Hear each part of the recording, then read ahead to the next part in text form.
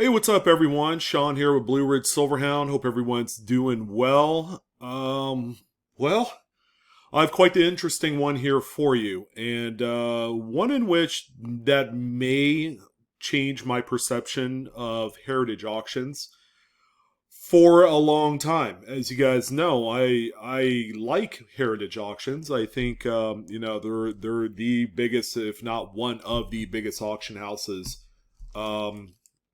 Online currently going, and I mean, they're well known for selling a lot of things, from fine art to sports cards to comic books, coins, currency, and video games, which is the subject of our story for today that I wanted to personally give my opinion on.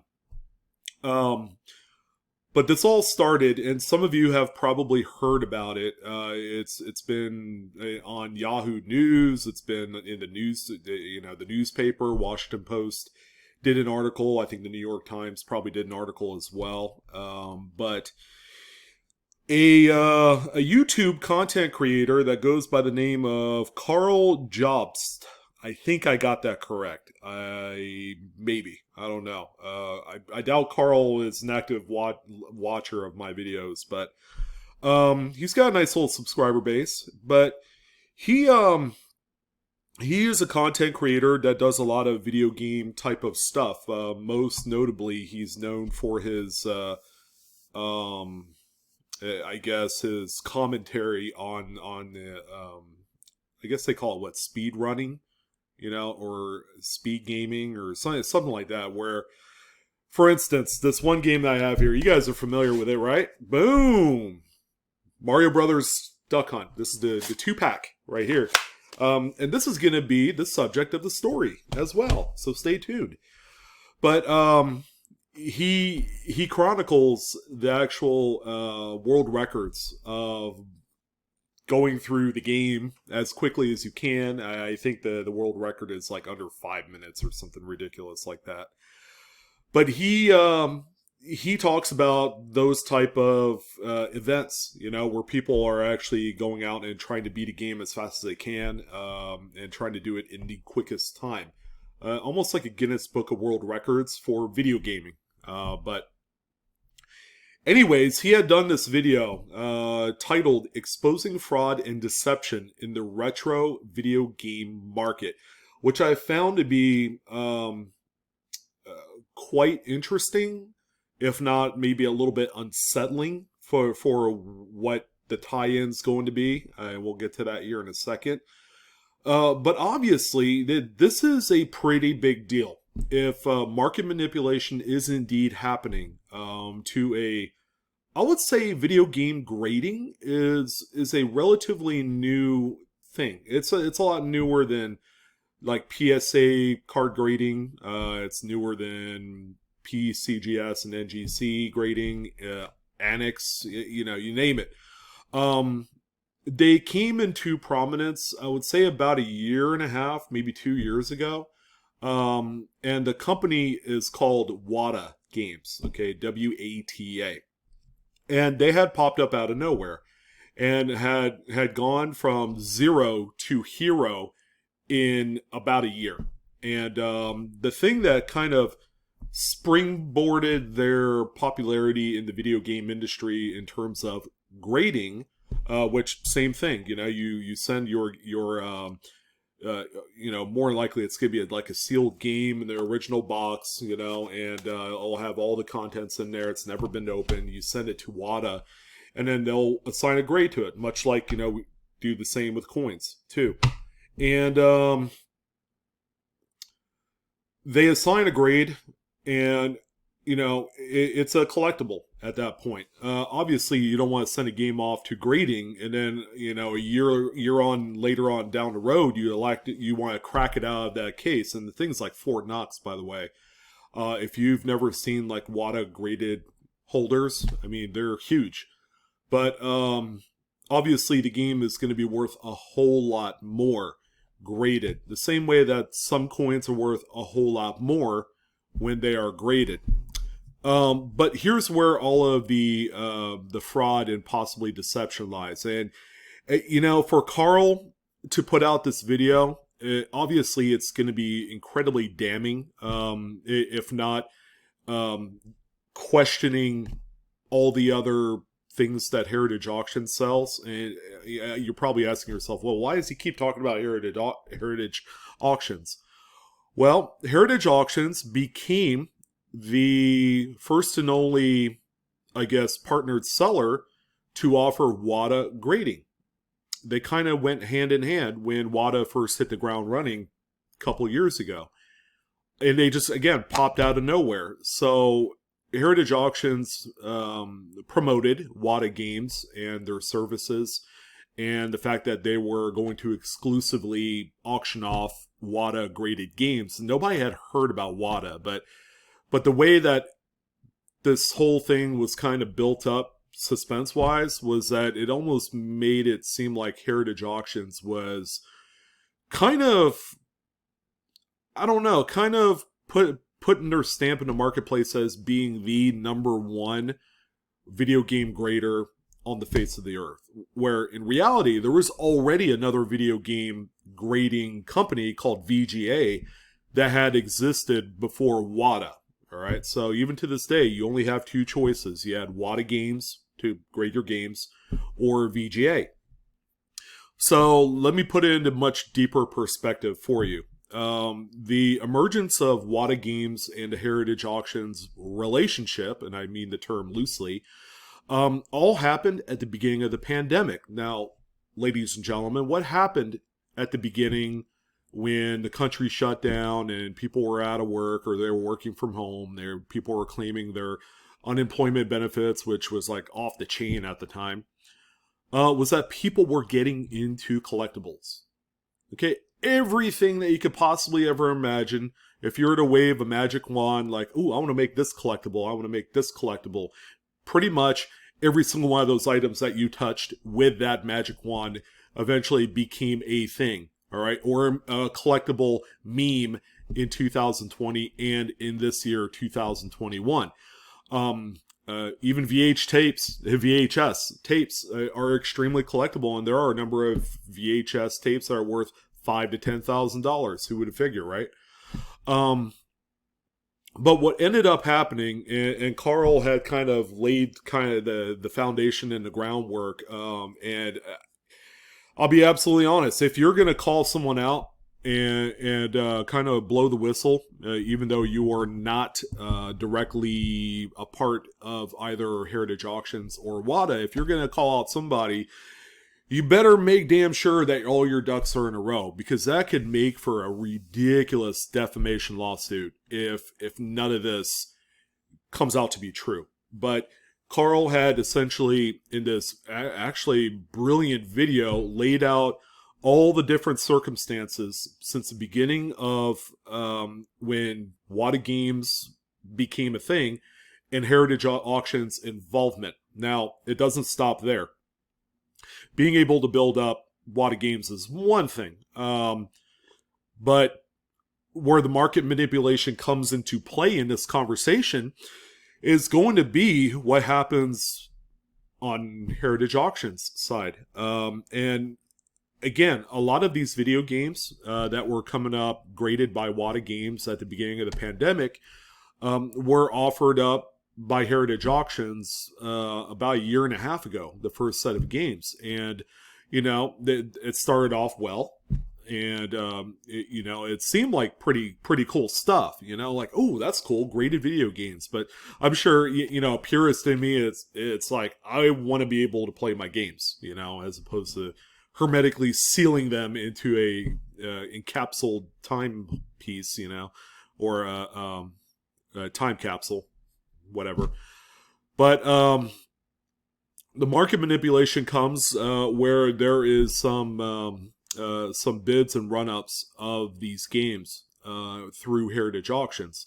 Come to find out, the CEO, President Jim Halperin of Heritage Auctions had ties to Wata Games. and vice versa. And then there's some executives on Wata Games' side that worked directly with Jim. And it was pretty much just like, let's rule the world, let's gain a monopoly on the video game market while people are spending a lot of money on collectibles. And lo and behold, um, it went from a $30,000, I guess 9.6 graded, which is pretty nice. Wata graded Super Mario Brothers, not without the Duck Hunt, sans Duck Hunt, ended up being purchased by Heritage Auctions, I think for $30,000.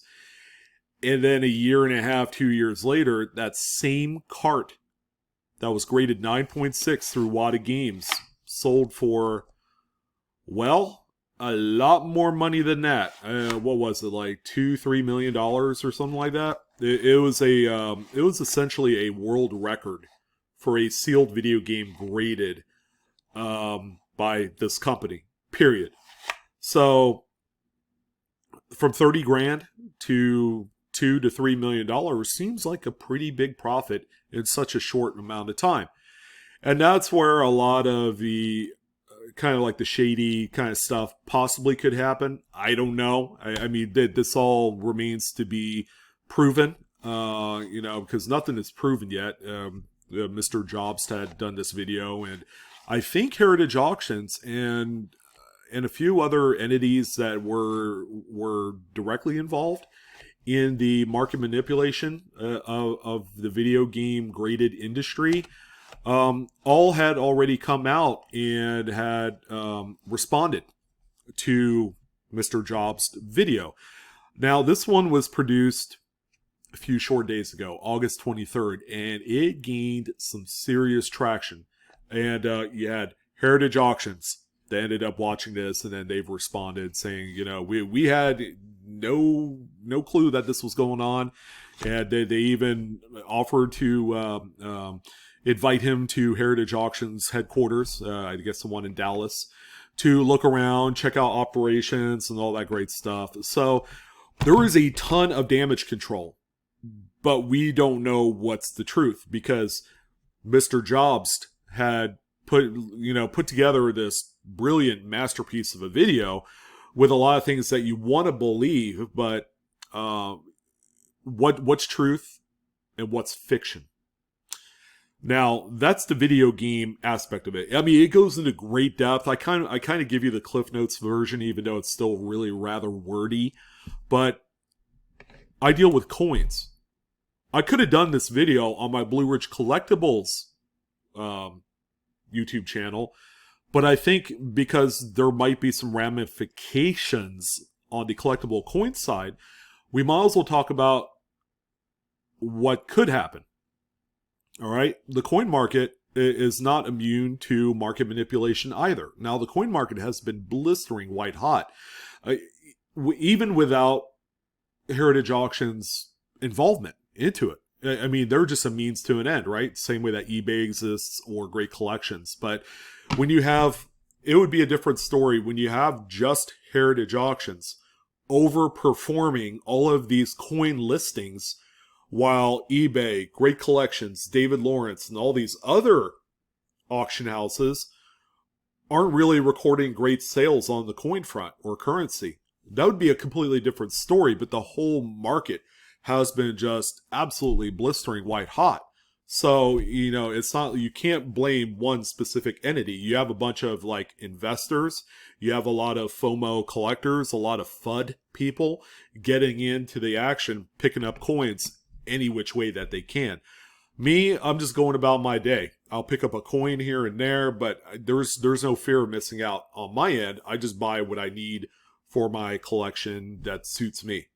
But again, there would be ramifications to any market, whether it's coins, sports cards, comic books, what have you, because of this information that's out there. Now people are beginning to wonder, well, that coin that I bid all the way up and actually won and spent $12,000 on,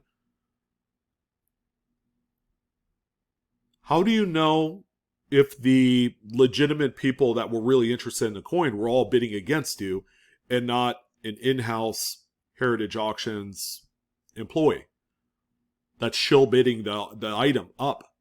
Even if they win it, they can just take the coin and then withhold it for like 6 months, but it's going to record that sale in their system as being a sold sale. So let's say you're interested in that 1909 SVDB, that's Mint State 63, and you bid it up to like $4,500. You still did not win, but you notice kind of like weird kind of activity on the coin where it's being just continuously run up in spite of everything that you do. I had that just a few days ago when I was bidding on something on Heritage's website, and I'm like, no, that just seems kind of funny.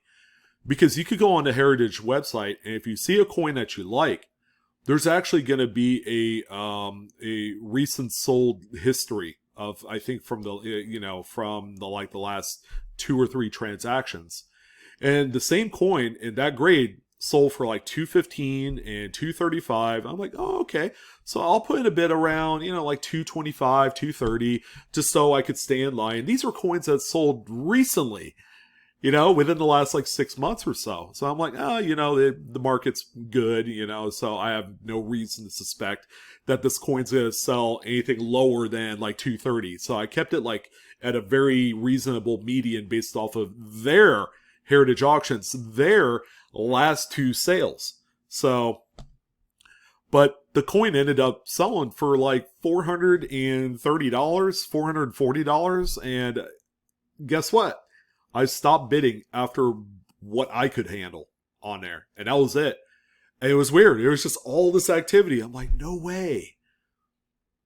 I mean, it's a good looking coin, but it's not like, the end of the earth or something like that on this one. So I'm like, yeah, if I wanted to, I could go on eBay and buy that same coin for $250, but I was hoping to score an example for a little bit cheaper. So you get the big picture. And the thing that kind of makes me a little bit curious, because I also have Heritage Auctions website up right now. A very big, notable coin sale had just finished. And if we went actually into departments and coins and currency listing, go to US coins. And by the way, I'm going to give you guys my thoughts on, where I think who's in the wrong in all this, if anybody. It's going to be very cut and dry. I don't think Heritage is in the clear, but I think they're not completely absolved. Let's see, closed auctions. Right there. ANA World's Fair of Money ended August 22nd. Guess what? That sale featured a few very prominent coins that sold for multi-millions of dollars. Record-breaking money. And when we click in here and we look at the most expensive coins by highest, there's going to be a Pocket $20 double eagle that sold for a ton of money. Actually, it didn't say over here, but it was like $7 million. And then here's a 1794 dollar. There's a 1854S, which is a very rare date coin, sold for a good chunk of money as well. But these are some of the most expensive coins I've seen in quite a while. So, you just can't help but notice, well, if this video game expose that Carl Jobst had released is really making that kind of waves, and Heritage Auctions is involved. They're like in the thick of it because they're part of in Carl's words, part of the market manipulation. That now all of a sudden it's ingrained in my brain that some of these high-profile coins that sold during the World's Fair of Money event a week ago, maybe these could have been artificially inflated. I guess there's really only one way to find out. If these same coins come back into the market a year or two from now, more than likely, there might be some shenanigans going on, but I can't say for sure. I'm not going to call out heritage auctions that way. Now, here's the thing. I think there's going to be some sort of guilt blamed on someone. It's not going to be heritage auctions because market manipulation has existed since the dawn of time, whether it's in current today's internet age or if it was 200 years ago, when people were complaining that there wasn't nearly enough tea to go around or something, and a few merchants ran up the price of tea. I mean, market manipulation has been a thing for centuries. Going back to the early ages of the world. I mean, not like Stone Ages or prehistoric ages, but within the last like 500 years. But the one group in all of this that I think has a lot to repair in terms of their image is going to be Wata Games. I think the thing that I'm most critical about Wata is that they don't have a census or a population report on any of their games. So it's almost like as if like if you got a game graded and it's like a 9.8, but that there are other examples of, say, this Mario Brothers cart that graded in a 9.8, it almost makes it somewhat unique because there's no population report. You don't know if there's 1, 2, or 3 copies graded 9.8, or if there's 5 million or 5,000 of these cartridges graded 9.8. You just don't know. Wata does not have a published population report, and they need to. They need to withhold and uphold rather their standardization in the marketplace. If they're going to be a legitimate company, and I'm sure a lot of people have been affected in one way. People that have been using Wata as their preferred grader of video games have probably taken a seat back. And you're like, well, I don't want to be a part of this. I'm going to go use VGA. And then that's it. But this might change the overall perspective of Heritage Auctions. I think they're still a great company. Yeah, I mean, I've bought coins and currency from them for a longest time. I've bought comic books. I've never bought video games from them because it's a relatively new thing, and it's like video games are expensive right now. On a single piece level, video games are ridiculous. And I think Heritage Auctions listings amplifies just how good video games were doing. They've kind of flatlined the market in general, but I think video game grading and collecting has a place, and it's going to be a very niche, very targeted audience, and there's a lot of video game people. I think the fact that people are making just a boatload of money from the crypto world just helps kind of bolster video game collecting to a whole other level. But the one big thing, I'm a recap, like I've emphasized, is that Wata Games needs to, if they want to be a legitimate company and begin doing the right thing, they need to establish a population report. We need to see how many games exist. We need to see what games exist at what grades and how many of each. And then that's going to help determine the market rather than kind of like this, this blind, I can't see anything. Oh, I got this game right here. It's like the only second one that has existed, and you end up with $3 million. Like, I'm willing to bet there's a whole lot more than just that one that's graded that high. But that's what I wanted to talk about. I really don't have a horse in the game. Carl Jobst absolutely is in the middle of this whole thing. We'll see how everything holds up, if and only if any new information kind of makes itself known in all this, to where his video and his testimony and everything that he is throwing at Heritage Auctions and Wata Games and all the other subsidiaries. I want to see concrete evidence, and he's provided a lot of facts. I would encourage you guys to check out that video. It's quite long. It's 52 minutes, but it's a keep you engaged throughout, even if you're not a fan of video games, but you're just kind of like curious as to the inner circles of not only the video game industry, but how market manipulation works in today's age. And, market manipulation isn't completely bad. Market manipulation is simply just the demand and desirability for items at that given time. Even if Heritage Auctions doesn't have it, its reported shill bidding, issues that Carl has said that might be happening, there are other things at work, and you see it on eBay. Who's that company that they just shit canned? PWCC, the world's leader in sports cards, which, by the way, they have their own storefront, auction front thing on their website. They don't need eBay, but they did some bad shilling stuff on their website so that way they can make more money. But that's the way the world works. People want more money. There's a lot of greed. There's a lot of fear of missing out. There's a lot of things. These companies know what they're doing. They're playing on the emotions of its clients, and that's how it's going to keep going for till the dawn of time. But I wanted to talk about that. Check out the video. It's actually quite good.